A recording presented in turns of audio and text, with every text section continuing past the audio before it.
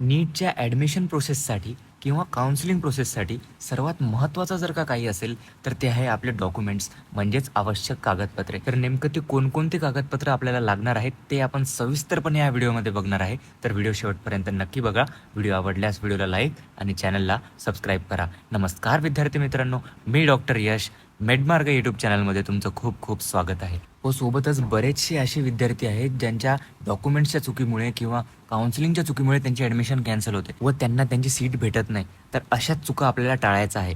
त्याचसाठी आम्ही चालू केलेला आहे मेडमार्कचा पेड काउन्सिलिंग प्रोग्राम.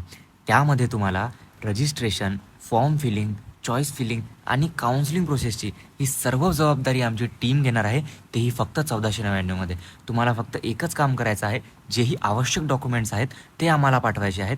बाकी सर्व काउन्सिलिंग प्रोसेस ही आमची टीम करेल व यासोबतच तुम्हाला 24 तास हा कॉलिंग सपोर्ट मिळेल, व्हॉट्सॲप सपोर्ट मिळेल व वैयक्तिक मार्गदर्शन मिळेल व सर्व प्रकारची इन्फॉर्मेशन तुम्हाला कॉलेज बाबतीत प्रोव्हाइड केली जाईल. इंटरेस्टेड असाल तर खाली दिलेल्या व्हॉट्सअप नंबरवर मेसेज करा आणि आमच्यासोबत जॉईन व्हा. आधी जे लागणारं डॉक्युमेंट आहे ते आहे नीटचे ॲडमिट कार्ड. नीटचं ॲडमिट कार्ड म्हणजे काय, जर जे तुम्ही एक्झामला जायच्या वेळेस सोबत एक ॲडमिट कार्ड नेलं होतं तर तेच आपल्याला लागते. त्यानंतर नीटचं स्कोअर कार्ड. जेव्हा रिझल्ट लागतो तेव्हा आपल्याला आपल्यापुढे एक पेज येतं ज्याला आपण नीटचा स्कोअर कार्ड असं म्हणतो किंवा रँक लेटर असं म्हणतो. त्याच्यावर आपला मार्क्स, रँक हे सर्व लिहून असतं व सोबतच नीटचं कन्फर्मेशन पेज. तर नीटचे कन्फर्मेशन पेज म्हणजे नेमकं काय आहे, जेव्हाही आपण नीटचा फॉर्म भरतो, नीटचा फॉर्म भरल्यानंतर आपल्यापुढे एक पेज येतं ज्यावर असं लिहून असतं की तुम्ही हा फॉर्म भरलेला आहे किंवा आपला ॲप्लिकेशन आय डी येतं. तर ते कन्फर्मेशन पेज आपल्याला लागतं व सोबतच जी आपली 10ची मार्कशीट आहे ती आपल्याला लागते व 10चे पासिंग सर्टिफिकेट आपल्याला लागते, जे की आपल्याला आपल्या स्कूलकडून मिळत असते व सोबतच HSCची मार्कशीट म्हणजे 12ची मार्कशीट आपल्याला लागते.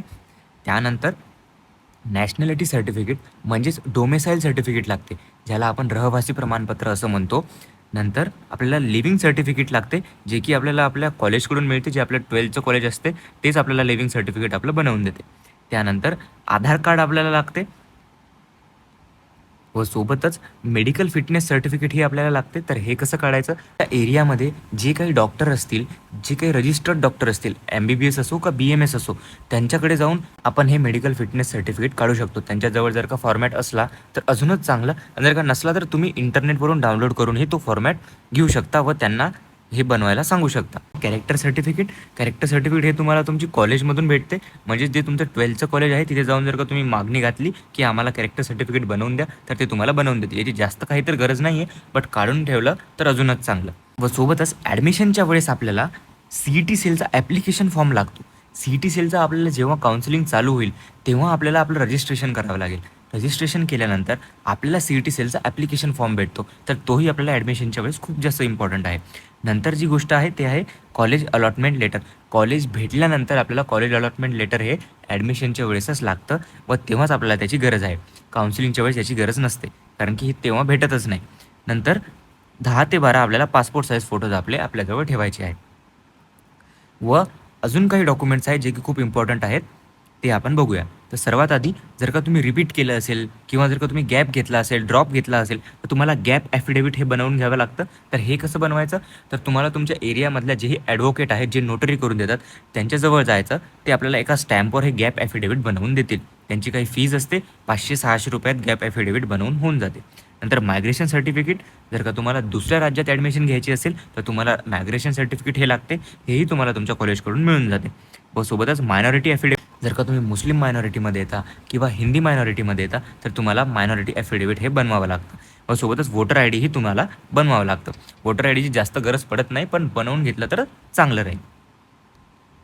व सोबतच रिझर्व्ड कॅटेगरीसाठी कोणकोणते डॉक्युमेंट्स लागतात ते बघूया आपण. सर्वात आधी तर जात प्रमाणपत्र म्हणजे कास्ट सर्टिफिकेट आपल्याला लागते व त्याच्याच सोबत कास्ट व्हॅलिडिटी आपल्याला लागते. तर मित्रांनो, एक गोष्ट लक्षात ठेवा, एक कास्ट सर्टिफिकेटसाठी जास्त दिवस थांबायची गरज नाही. बट कास्ट व्हॅलिडिटी जर का तुम्हाला काढायची असेल तर 1 ते 2 महिन्यापर्यंत लोकांना टाईम लागतो. म्हणून कास्ट व्हॅलिडिटी ही खूप आधीच आपल्याजवळ असली पाहिजे. व सोबतच नॉन क्रिमी लेअर सर्टिफिकेट जे असते तेही आपल्याला लागते. तर नॉन क्रिमी लेअर सर्टिफिकेट कशाचं असते, आपली इन्कम 8 लाखापेक्षा कमी आहे असं आपल्याला दाखवावं लागते.